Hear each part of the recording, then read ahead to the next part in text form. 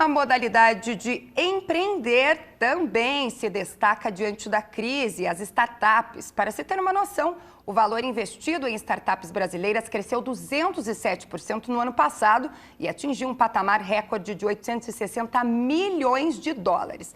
Para falar sobre o assunto, recebemos hoje aqui no estúdio, então, o doutor Daniel, que é especialista em Direito Empresarial. Uma boa noite para o senhor, obrigado pela presença. Boa noite, eu que agradeço a presença. Doutor, como vimos então, né, as startups tiveram um crescimento expressivo aqui no Brasil, vamos falar da nossa realidade por enquanto, né? Sim. Queria que o senhor explicasse primeiro para os nossos telespectadores que não têm conhecimento sobre isso, o que seria uma startup? O termo startup vem do direito norte-americano e do contexto norte-americano e ele significa um negócio repetível e escalável. Ou seja, ele está ligado à tecnologia ou não, a gente estava conversando sobre isso, mas ele precisa ter essa repetição e essa escalabilidade, ele precisa crescer muito rápido. E também ele tem algumas características mais específicas, que são a de levar o investidor a ter uma rentabilidade maior, porque como essas startups têm que crescer rápido, elas precisam de uma injeção de um capital externo, e aí em contrapartida elas podem conferir ao investidor uma rentabilidade maior também. Então, dentro desse quadro, tendo essas características, né, dentro da área tecnológica, dessa coisa do crescimento rápido, eu tenho uma ideia, que seria a minha startup, e eu posso arrumar um investidor, que são os anjos, que o pessoal comenta, é isso? Isso, tem várias formas de investimento. Uma delas é o investimento anjo. São pessoas uma bem ou comum fundos. Aqui, né? Isso, é uma bem comum. Inclusive tem uma legislação recente de 2016 sobre investimento anjo, então também que tentou trazer para o nosso mundo jurídico a figura do investidor anjo, mas a gente fala assim que você começa investindo desde o seu próprio bolso, né? Quem investe primeiro são os próprios donos da ideia. E aí depois tem a família, amigos, que a gente chama de love capital, que é o capital que é daqueles que acreditam mais no negócio, porque ele é tão iniciante e tão arriscado que só as pessoas mais próximas mesmo é que investem. E depois disso vem os investidores anjo e aí vem os investidores de seed capital ou venture capital. Esses são investidores mais profissionais que efetivamente buscam um retorno muito maior. O que diferencia o valor do investimento nesses casos? Geralmente o valor do investimento e o estágio do negócio. A família, por exemplo, vai investir quando está no início, e é por isso que ele é o Love Capital.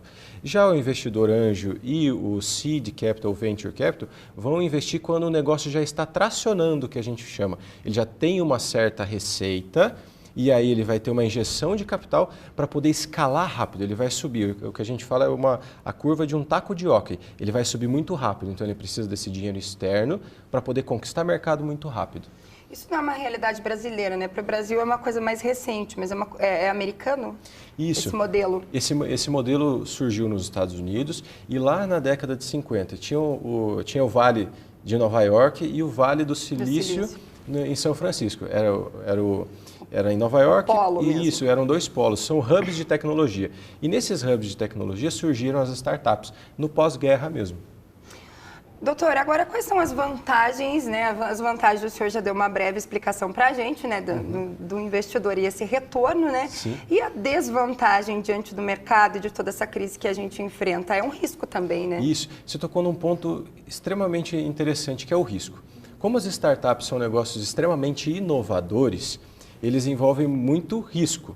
E para o investidor, quando você tem um risco muito acentuado, talvez ele invista em 10 startups e somente uma ou duas floresça. Então, a principal desvantagem para o investidor é o risco, porque são negócios muito incertos. A gente tem uma característica de incerteza muito grande, porque até que uma startup surja, talvez ninguém tenha feito um negócio como aquele. Então, ele vai precisar abrir um mercado que é inóspito, inexplorado.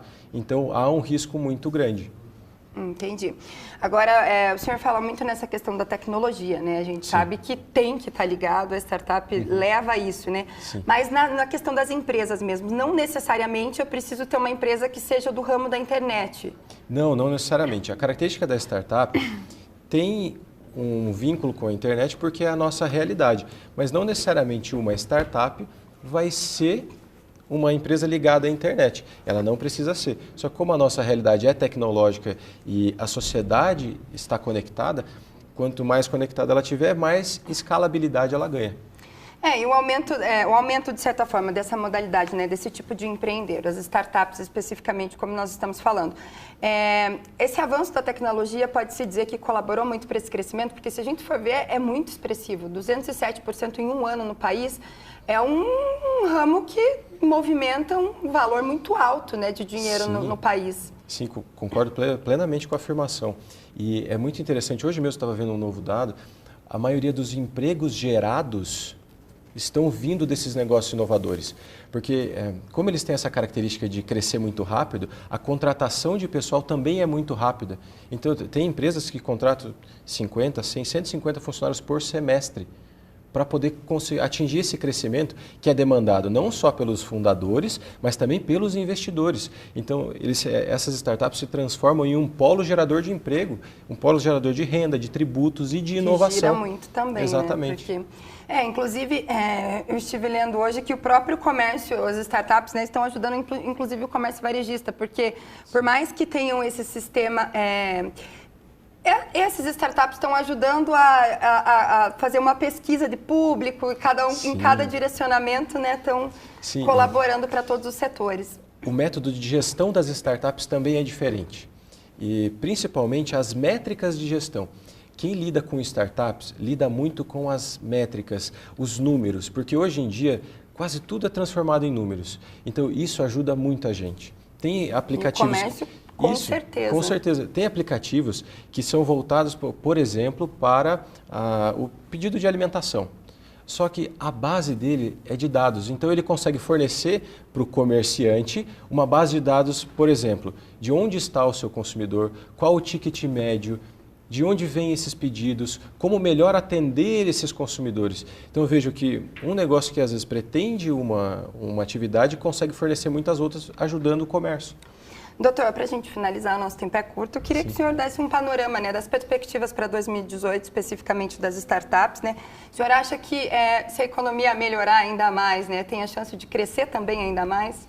Tem sim, nós temos uma empolgação muito grande com o meio das startups, com o ecossistema, especialmente porque as pessoas estão abrindo os olhos para essa forma de investimento. Há muitas ideias boas aqui em Curitiba, no Paraná, para poder desenvolver esse ecossistema e existem muitos players de mercado que estão atuando de maneira muito profissional. E esse é um requisito essencial para as startups. Os players são profissionais e tem players públicos, privados, que são muito interessantes e muito bons para fomentar o ecossistema e compartilhar informação de gestão, jurídica, de marketing, enfim, de toda a rede de serviços que alimenta esse sistema. Tá certo, doutor. O negócio é se atualizar, então, exatamente. Hoje. Obrigada pela presença, uma boa noite para o senhor e até uma próxima. Eu que agradeço. Boa noite a todos. Obrigado.